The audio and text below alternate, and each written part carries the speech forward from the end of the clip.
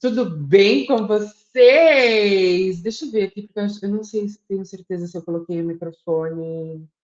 Agora sim. Eu acho que agora entrou o microfone certo. Bom, como vocês devem ter visto aí na legenda do vídeo, né? E também no card, a gente vai ver o Dr. Piu Piu. Trazer aqui, deixa eu colocar aqui, pera. Opa! 5 características. Ontem eu fiz uma live, gente, deixa eu só falar aqui para quem não acompanhou. Ontem eu fiz uma live fazendo um react, né, um live action, de a gente reagindo ao filme da Emília Pérez, que é um filme que conta uma história. Eu não vou poder passar nem o trailer aqui, porque eu passei o trailer na live de ontem, e aí minha live foi derrubada, eles bloqueiam e colocam que tem direitos autorais. Então, para eu não ter o mesmo problema, eu vou só falar aqui para vocês. Esse filme da Emília Pérez chama Emília Pérez. Coloca aqui no YouTube mesmo, Emília Pérez trailer, para você ver. Conta a história de um traficante, né, um narcotraficante que vive no México, que ele trabalha lá no tráfico, acho que é isso. Enfim, trabalha com drogas, só para juntar dinheiro para ele fazer a transição de gênero dele, sabe? Estilo Maia Massafera numa versão traficante, uma coisa mais ou menos assim. Só que eu passei aqui o trailer ontem durante a live e aí o YouTube derrubou minha live, não tá em nenhum dos dois canais, então foi o ó. Então eu decidi trazer outro assunto, outro tema para a gente conversar aqui, que não esse do, do filme de ontem.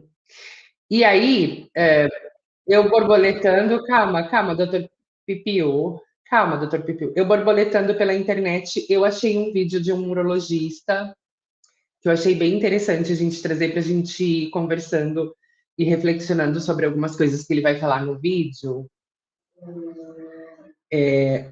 Vamos aqui, acho que vocês já estão vendo, né? Então, primeiro, esse aqui é o Dr. Pedro Padovani, que sinal é muito, por sinal é muito bonitinho, né? Deixa eu ver aqui, o Dr. Pedro Padovani. Padovani. Eu achei ele bem bonito mesmo, esse menino, o Dr. Piu Piu. Mas, ao mesmo tempo, ele é casado, ó, tem uma esposa. Eu fico imaginando o que que faz um homem estudar sobre Piu Piu, né? Gostar de Piu Piu ao ponto de estudar o Piu Piu. Bem bonito. Eu queria ver o seu Piu Piu, doutor, mas vamos lá. Vamos lá ver aqui, ó. 5 características do seu pênis que são normais e que talvez você fique encanado e acha que está com alguma doença. Fica comigo no vídeo que você vai aprender quais são essas características que você não precisa se preocupar. Vou ficar, doutor Piu Piu. Meu nome é Pedro Padovani, sou médico urologista, atendo aqui em São Paulo e telemedicina também para todo mundo. Se você mora fora do Brasil, também pode passar comigo. Ai, que Pessoal, é muito delícia! Ele atende quem mora aqui na Europa. Eu quero passar com você. Você não pode olhar meus peitos?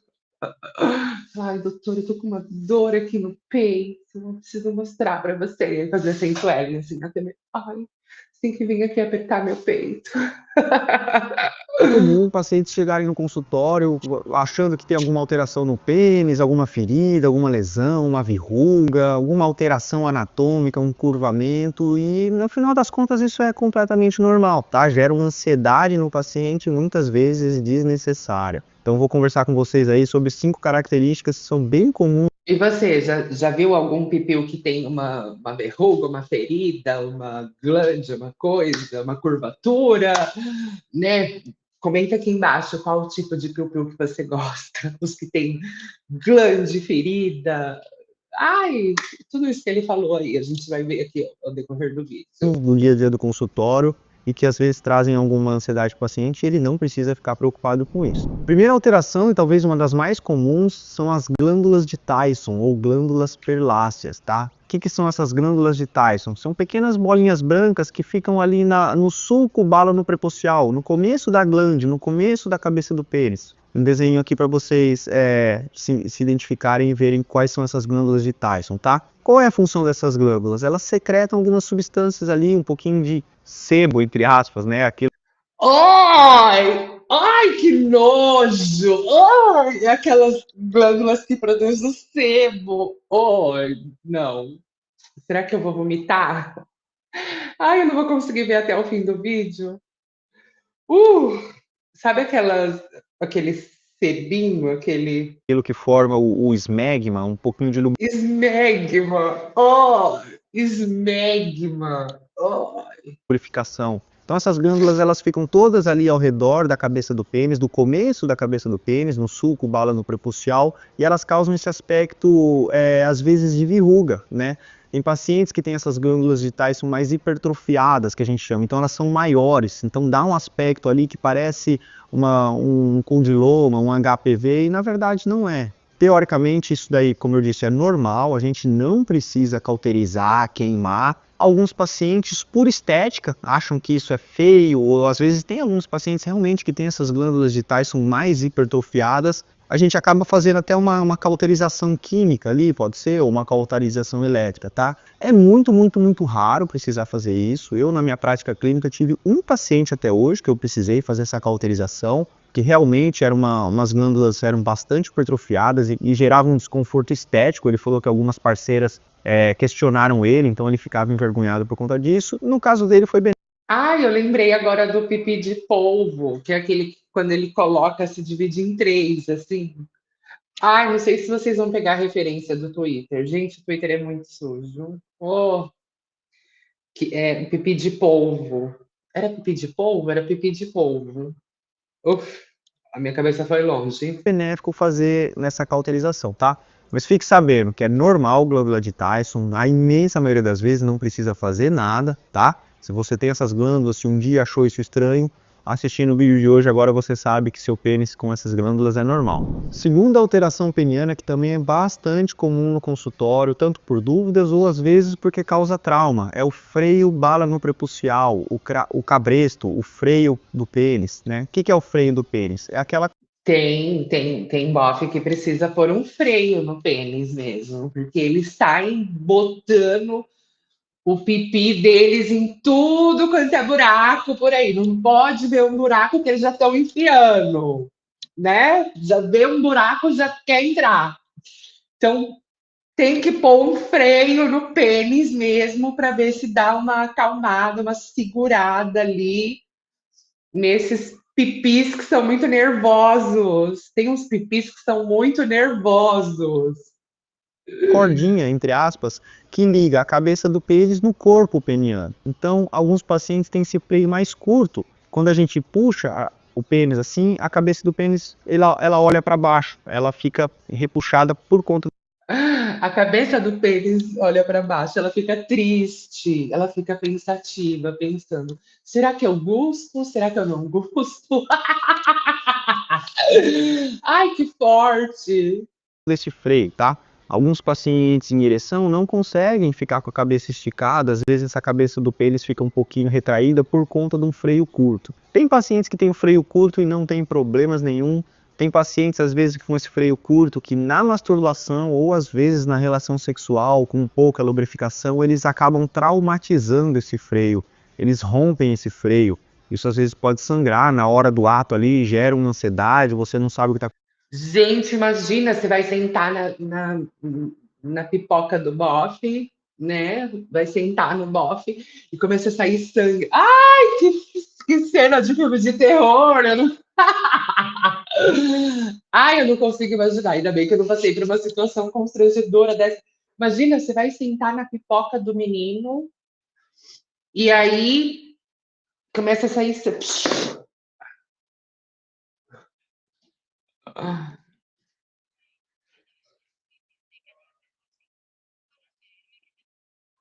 Começa a sair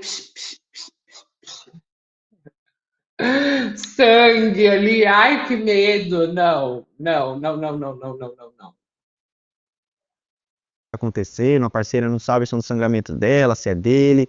Alguns pacientes, inclusive, vão para o pronto-socorro. Isso é relativamente comum o paciente ir para o pronto-socorro por uma ruptura do freio ali durante o ato sexual ou masturbação. Então, freio curto também é uma alteração. Nossa, por masturbe, por ato sozinho. Imagina você ir pro hospital, chegar lá e falar: Nossa, eu fiz tanto negócio com a mão sozinha que tá saindo sangue. Ai, gente! E a cara da pessoa de chegar no hospital para falar isso? Ai, eu tava lá brincando com a minha mão, assim, e começou a sair sangue. Ai, gente, que vergonha! Imagina a pessoa chegando no hospital. Eu, se fosse a atendente do hospital lá, falando assim: próximo, senha 23, venha. Aí, sim, senhor, pois não, quais os seus sintomas? E aí a pessoa lá explicando: é que eu tava fazendo coisas com a mão, assim, e aí começou a sair sangue. E aí a menina do hospital fica assim, ó. Pã! Faz aquela musiquinha, né? Pã! Ação anatômica aí, na verdade, do pênis, que essa é relativamente comum. Como eu disse, alguns pacientes podem ter trauma desse freio curto e muitos pacientes não têm problema nenhum. Se esse freio é curto, se machuca, se incomoda, se esteticamente ele atrapalha, a gente pode fazer uma cirurgia que chama frenuloplastia. Nada mais é. Olha, tá vendo? Frenuloplastia. Tem a blefaroplastia, tem a não sei o que plastia, rinoplastia, mamostexia, tem a orquectomia, tem várias cirurgias que a pessoa pode fazer, mas ela pode fazer uma frenoplastia também para tirar o freno flora. Ai, que Do que forte! tirar esse freio e aí a cabeça do pênis, eu costumo dizer que ela olha para cima, que ela estica, e aí o pênis fica mais retificado e sem essa cordinha. Vim fazer uma retificação do pênis. Viu, meninos? Dá para você fazer retificação do pênis também. Um pênis retificado. Sem esse cabresto que a gente fala, puxando e repuxando a glândula, tá? Então, freio curto é uma outra alteração anatômica que é normal, a gente opera e resolve só se tiver tendo algum desconforto. Terceira alteração peniana, o que aí é mais raro um pouquinho, mas são as glândulas gilfordais, tá? São algumas alterações na região da pele, são algumas pápulas muito pequenininhas que se assemelham a pequenas manchas, tá? As pápulas Glândulas de Fordyce. Deixa eu. Glândulas de Fordyce. Eu vou ter que pesquisar isso no Google para ver imagens. Aqui só mostra na boca. Ainda bem que no Google, quando a gente põe glândulas de Fordyce, não mostra em outras regiões. Tá, entendi, mas é umas bolinhas brancas, assim, né? Ah, pode dar no lábio também, nas costas, na boca. Normalmente está Fordyce, Genital Wars. Tá. Vou até compartilhar com vocês aqui, ó, porque eu acho que esse não é pesado, não. Essa glândula de Fordyce dá pra gente ver aqui, ó. Ó, são essas bolinhas aqui, ó, que normalmente nascem na boca, ó. Não é pesado, não, pra ver. Ó, aqui também tem. Mas vamos voltar para o Dr. Pinto, peraí. Vamos lá. elas são um pouquinho mais elevadas, então essas glândulas de Fordyce, os pacientes às vezes também confundem com verruga, também confundem com alguma DST, com alguma alteração infecciosa. Se você tiver essa dúvida, num consultório urologista fazendo exame clínico, exame físico, vai poder diferenciar de herpes. Gente, mas espera, como que a pessoa vai no urologista? Eu não sei. Isso foi uma coisa que passou pela minha cabeça agora. Vai no urologista mostrar o piu-piu para ele.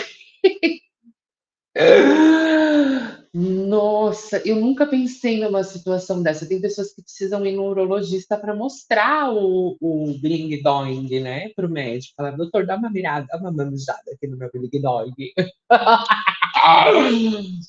Que forte, que forte. Eu nunca achei. É verdade, né? Precisa ir no médico. Pedir pro médico dar uma manjada aqui embaixo. Sífilis, HPV, infecções bacterianas, foliculite, tudo isso no exame físico normalmente é muito fácil de detectar e muito fácil da gente conseguir fazer esse diagnóstico diferencial. Então, realmente, algumas alterações dermatológicas do pênis chamam mais a atenção do paciente, faz ele procurar o médico achando que ele está com alguma DST ou que ele está com alguma infecção, e se for uma glândula discordais, isso é uma alteração. Não é, não foi atualizado o nome? Tá, foi 2 dias atrás. Não é IST agora que tem que falar? Ou ainda é DST? Não sei, só pensando aqui comigo, doutor. Você é Benigna e muito normal do pênis. guapinho, viu? Guapíssimo. Beijinho pra você. Uma outra alteração peniana que também é comum são as curvaturas penianas, tá? Muitas vezes o paciente Curvaturas. Esse é forte. Uma vez eu saí com um bofe, a caneca dele era assim, ó, parecia um tobogã. Aí ele, para fazer o negócio, tinha que fazer assim, ó, tipo um malabarismo, assim, ó. Parecia que ele tava dançando. Acelere, ha, lerre, lerre, me puse, desceire, gente, que forte que era! Que forte que era! fala, pô, meu pinto é torto, como é que é isso daí? É normal, não é normal? Posso te falar que a imensa maioria dos pacientes tem uma curvatura normal peniana, tá? Tanto que a gente utiliza uma fruta aí que é sempre um sinônimo de pênis, que é a banana. E a banana tem a sua certa curvatura ali para cima, ventral, né? Uma curvatura de 20, 30 graus, aí é uma curvatura relativamente normal. Se não impedir o paciente de ter penetração, se aquela curvatura não é uma curvatura que o paciente não tem que fazer malabarismo para conseguir penetrar, Isso! Ele tinha que fazer malabar. Parecia que ele estava dançando ragatanga, gente. Assim, era uma coisa que eu acho que para fazer um tchaca-tchaca no subaco, por isso que ele era magro, aquele menino. Era magro e tinha a pingola assim para baixo, parecia um tobogã assim do Play Center, do Hop Hari. Era uma coisa, porque ele fazia todo um malabarismo, literalmente, para poder fazer o coito. Gente, era o ó. Contanto que eu saí uma vez só com esse menino, e quando ele mandou mensagem de novo, eu falei, então, não sei quando eu vou estar disponível de novo. é uma curvatura normal. Existem duas doenças. Essas assim, não é não, doutor. Ô, caralho.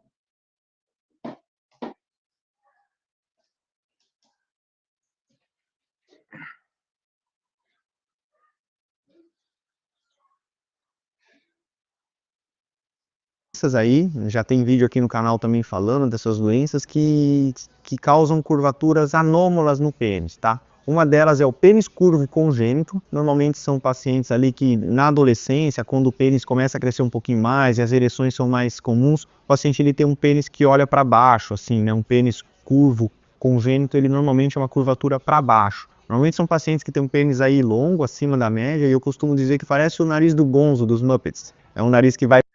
Ele fica até feliz, assim, de...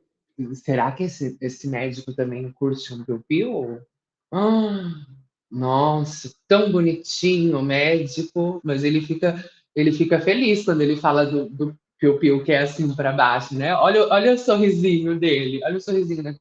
Me lembrou, me lembrou um caso que eu tinha. Gente, eu tive um caso com um bofe uma vez no Brasil, que ele era Uber. E aí, a gente ficou saindo por um tempo, né? Quando a última vez que a gente se viu pessoalmente, ele me contou que ele, num espaço de 1 mês e meio, tinha saído com mais de 40 travestis. Mais de 40 travestis em 1 mês e meio. Porque ele era Uber e ele ia para lá perto do... Alô, Barra Funda! Ele ia para ali, para a zona, para a região da Barra Funda, perto do horário que é o horário da xepa, o horário que elas estão fazendo troca de turno. Ele ia pegar a troca de turno delas. Então ele já conhecia os horários certinho no relógio, e aí dava mais ou menos o horário que estava chegando perto da troca de turno delas, ele ia para ali e ligava o aplicativo. Ele sabia que sempre ia pipocar uma corrida de uma menina que estava saindo ali do turno dela da Barra Funda, né? E aí ele, quando elas não pagam no cartão de crédito, e é a maior, pelo que ele me disse, tá? Não sei, não tenho acesso a essas informações, mas pelo que ele me disse, a maioria delas sempre paga com dinheiro ali, ó, dinheiro ao vivo, não é Pix, não é cartão, não é nada, elas estão com o dinheiro ali na mão para pagar. Então, como ela sempre, ele pegava e falava assim, eu não tenho troco, é, não sei, vou subir na sua casa, você me oferece um café, um copo d'água, não sei o quê. E aí ele ia e, né? Ficava feliz, igual esse doutor aqui, ó, quando via a pitomba delas. Mas ele era viciadíssimo em chupar chibiu das meninas trans ali da Barra Funda. Diz ele, segundo ele, isso palavras da boca dele, que foi o que me ficou mais chocada, o que me deixou mais chocada, né?